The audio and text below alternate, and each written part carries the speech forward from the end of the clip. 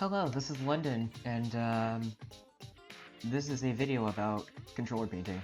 This is about a controller that I have painted as the controller I use for Smash now. But if you're wondering what all the bags are about, it's that I had put everything into bags and separate them, and I took apart a crazy ton of controllers. And I have a bunch of pictures here. You can even see at the end there are the stills of the finished product, and there's a diagram of what I had created, and among that you also see a lot of the different buttons, the motherboard, the insides of a GameCube controller. These are all things that you want to keep in mind when you're putting out controllers. You need to just take a controller, disassemble it, and take all the parts out, and then you can do all the fun stuff.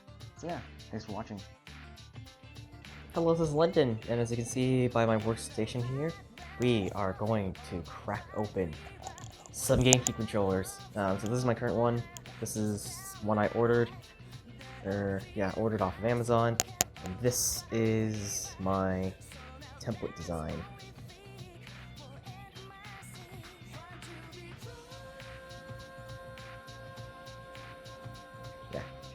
So I'm just gonna crack both of these open, and let's just get to it. And I got my controller open. This is the Smash Edition controller, and yes, I did like damage the shell, but like the screw hole should be fine. But I figured out what was wrong with my triggers. So as you can see here, these are the triggers. These are the Vivi audio triggers, and the part where the trigger brace is actually supposed to be is actually broken. So this one's completely broken. This one's partially broken. So that's why my triggers were sticking.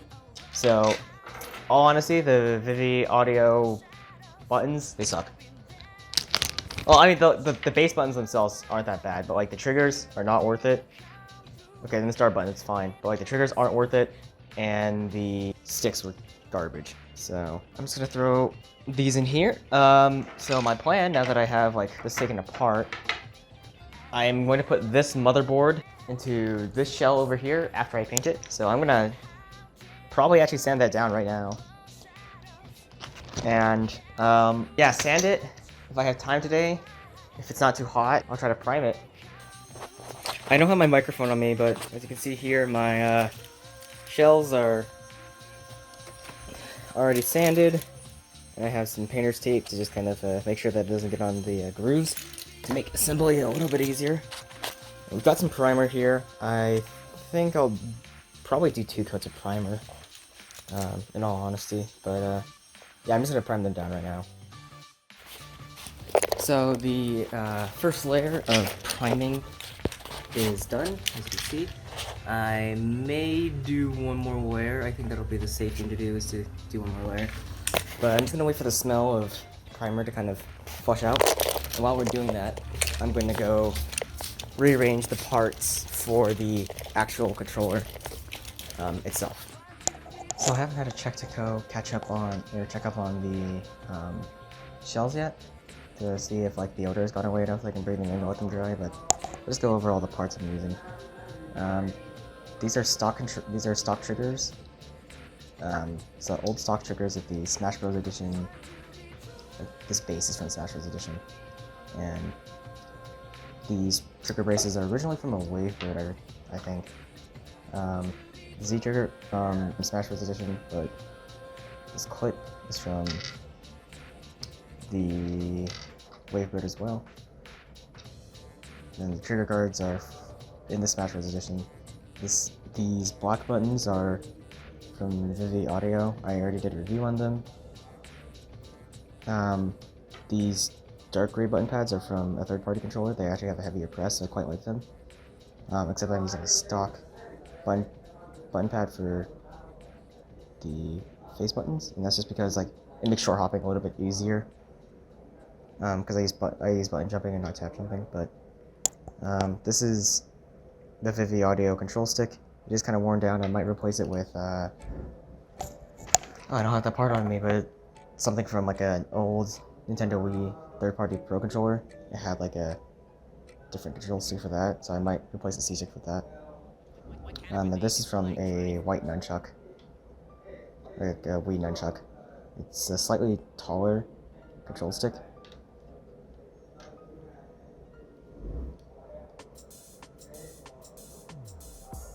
As you can see, the white nunchuck stick is a little bit taller, which is nice because I can have my finger up a little bit higher when I'm like dash dancing, foxtrot, and stuff like that.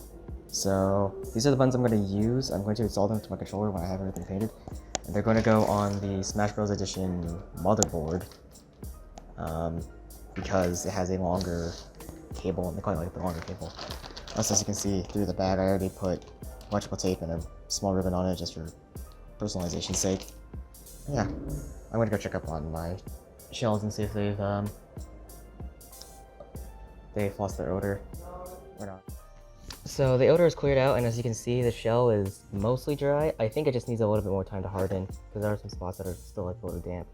So what I'm going to do is I'm probably going to wait another half hour, and then I'll reapply another layer of primer.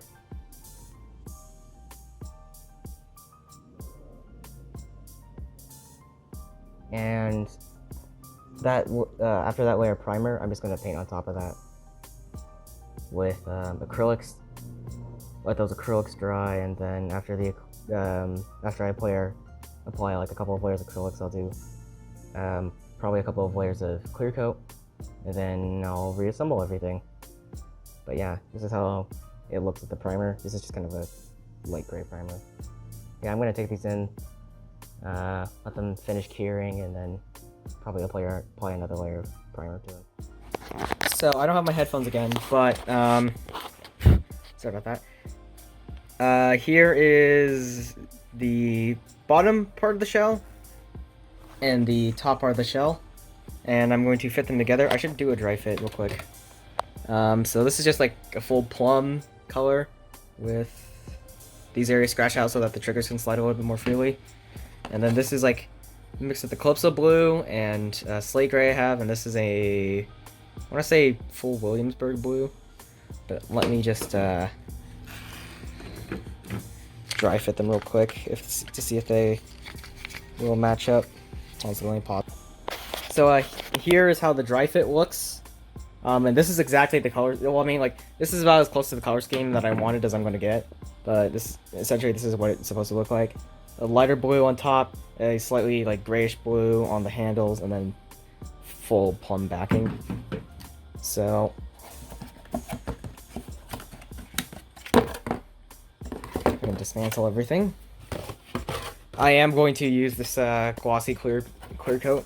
Technically it is too hot to use the clear coat, but like where I live, I wouldn't get a chance to actually like properly clear coat this until like September or October, and since I have literally nothing to do, I'm gonna get this done. So yeah. So as you can see, this has been clear coated. You can see kind of like that glossy look to it. So I'm gonna let this clear coat stay like fully dry for about 3 hours, and then we'll see how well it's hardened. I might apply another layer of clear coat later, but we'll see. So it's been roughly a day now since I had these shells clear coated, and they seem to turn out really well.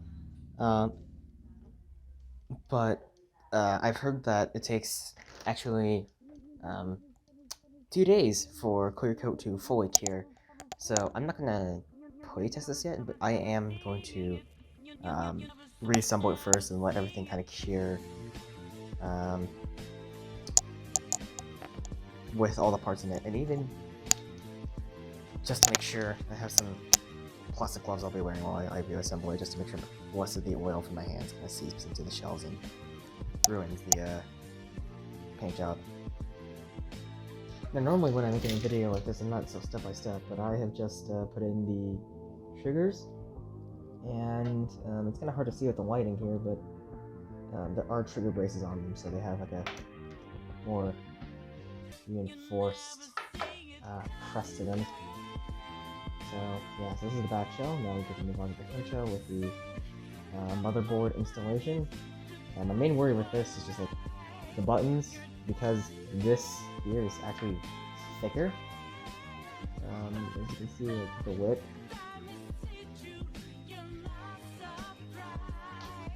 Focus, dang it. As you can see, like it's actually slightly thicker, and that's going to cause a problem for the buttons. They will actually be more shallow. So what I'm going to do, just to address that, is at least my first idea is take 2 button pads and like stack them like on top of each other, just to make it thicker. I might have to do the same for the start button and the D-pad. The stick I'm not worried about because the stick is already like a little bit elevated. But yeah, we'll have to see. So update, I got the motherboard on and everything is fine except for the double button pad is going to make the Z trigger a little bit less clicky. Ignore the screwdriver dropping.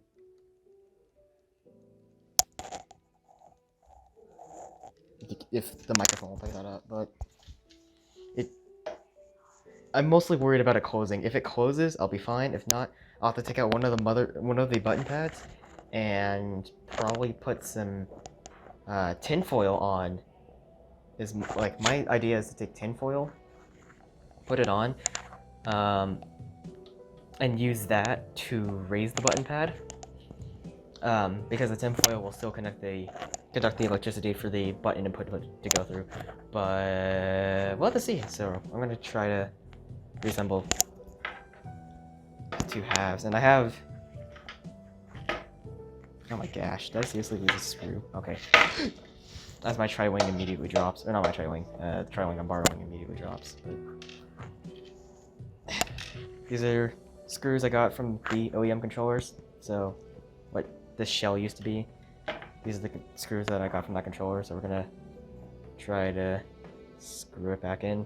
Let's see how this goes. Ladies and gentlemen, this is the Moonlit Sakura. Everything seems to be working fairly well. Oh, even the Z trigger. The presses do feel a little weird, but that's okay. Sticks for sure are fine, and then D-pad's just a little ding. But the triggers, the stick, the triggers and the sticks are the best. I'm actually going to give this one more day to fully cure, but this is the front, side shots, back shot, front shot, bottom. So I am going to let this cure for another day, but I am going to give some pointers right now for anyone who else wants to try this. First pointer, apples. I haven't even eaten lunch yet, or dinner yet. Just set it down on the chair, I guess. Thank you. Just to make sure that like the oil from my hands doesn't destroy the clear coat on this. Just to double check, because it might take another day to cure. Where was I? So first off, use like sand as far down as you can get, actually. So like most people suggest like sand down until you get to white, but I would suggest, or like until you see like specks of white. But you want to sand. I would recommend sanding down pretty far. So like use like really low grit sandpaper, like really like gritty sandpaper, and then going to fine sandpaper as a second sand, just to make sure. Second off, use as few layers as you possibly can. So I used acrylic. This, like the color paints, is acrylic, and I think acrylic is actually really terrible for painting a controller. So like, this is another controller shell I painted. As you can see, it's kind of like the opposite design of this one, except it keeps the same relative shade of handle, but still. And this was a test shell I did, and it has the same problems where the buttons are a little bit like harder to press because I think I put too many layers down. So I would actually recommend using spray paint. If you want to do like this like tritone effect where you paint the handles differently, then you can go for that. But I would just do like one base color for the front and then one base color for the back. For the top and the bottom shells is my recommendation. If you want to do like designs, that's fine. Just try to keep your paint light so that stacks up less. And then third, to circumvent that, get taller control sticks, C-sticks, and buttons. Custom buttons, you can actually get them in shorter heights or taller heights. I don't have any like tall height stuff, but if you go to like Battle Beaver Customs, they'll specify, and that's a really good place to get like different color stuff. And then like when you're painting, like I said, like go light on the layers, and then try to put in the holes. Try to put down some cotton balls. I was thinking to do this, and I actually have a cotton ball here that I failed to use, but do that so that paint does not get stuck into these, and then you can, it's a lot easier, because you might accidentally spray some, especially primer, down into those areas, and that makes the buttons, like, there's friction against it, and it might make your button presses a little bit harder to input. And then my last thing is, don't use glossy clear coat, because like, it might look nice because it's all shiny, but the feel of it, it's kind of trash. So, oh my goodness, it is actually so hard to press. So I wanted to kind of avoid this, but like, you can see here, this is a glossy feel, and it feels slick. If you have like chronically sweaty hands, especially, you're going to want to avoid glossy clear coat, but you do want to layer clear coat, and that's kind of how I got this to stick. This is electrical tape with a Sharpie drawn onto it. But yeah, that's about it. I'm gonna give this, I'm not gonna wrap it, but I'm gonna give it some time to sit in those boxes over there, probably the larger one. Yeah, so put this in the larger box and then put the cable in the smaller box. Let that sit until, what time is it? 6:51, so like 6 o'clock tomorrow. I'll open up and I can playtest using this thing. But yeah, so far I'm very happy with how it looks.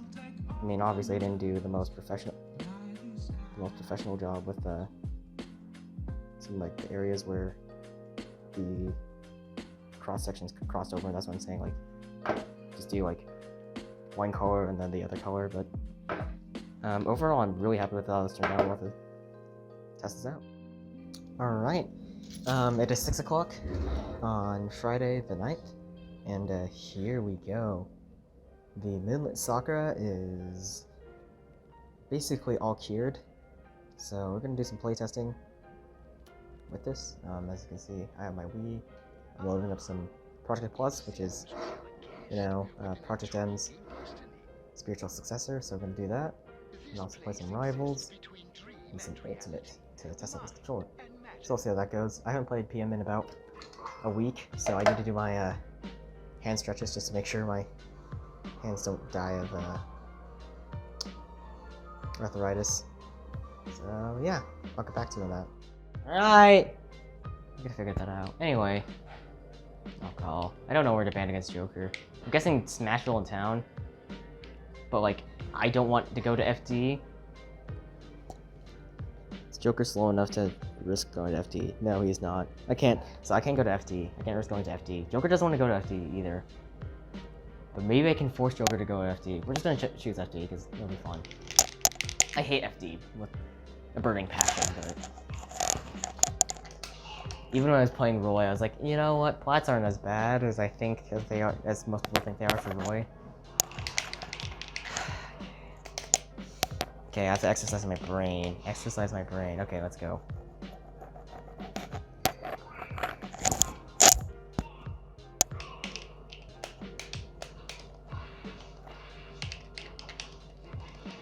I think that worked.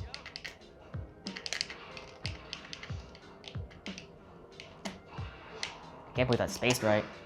Yeah, let's go. Darn, I should have.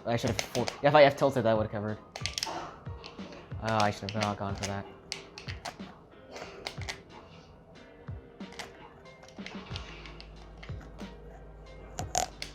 Let me cross my shield! I'm dead. I had terrible DI because of that forward smash caught me off guard because I wasn't expecting it.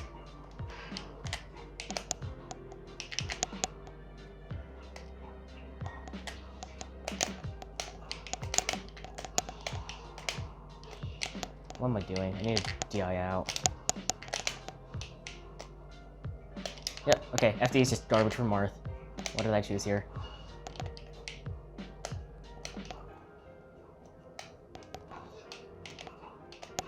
Yeah, I mean, it makes no sense. Like, Martha's one of the fastest walks in the game, and people aren't using it. Wow. Including myself,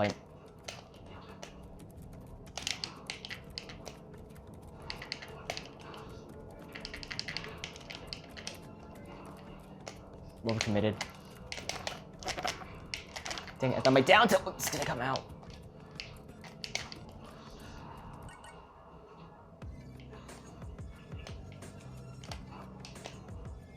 I just lost so much stage control. Yeesh.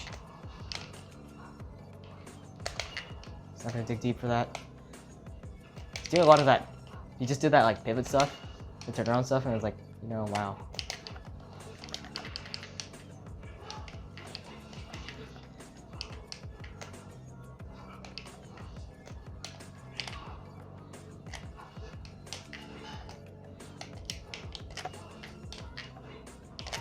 Man. Oh, crud. Let's go tilt. Seriously, Marth's tilts are so good! I really do like this grounded Marth approach. Look at that. That F tilt, or that U tilt covers so much. Oh, darn. That U air killed? Just tippered, so that's why. Who do you think you are?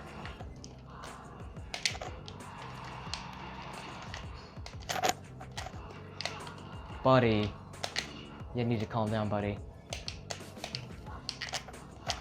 Way too close.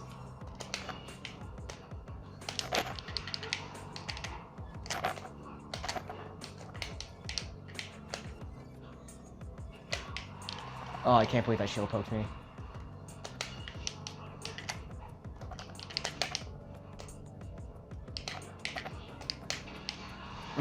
That was good. That was good to catch my spot dodge. Should've been the other variant. Okay, my triggers are still feeling fine. That kill. Kill? That space was terrible. I didn't throw it on S match because I knew I was gonna cover him, but like, wow, that was bad. Okay, I'm rusty. I'm bad. But, yeah. Final verdict on this controller. I like it. I'm gonna keep using it from now on. I'm gonna definitely try to get the shell more worn in. So, recap. Took the shell, I sanded it, I primed it, I painted it, I clear coated it. I put all the internals back in. And some quick tips for anyone else who's doing this. Use light layers, as light as you can, and use as few layers as you can. And with that, sand down as much as you can. Spray paint is better than acrylic, and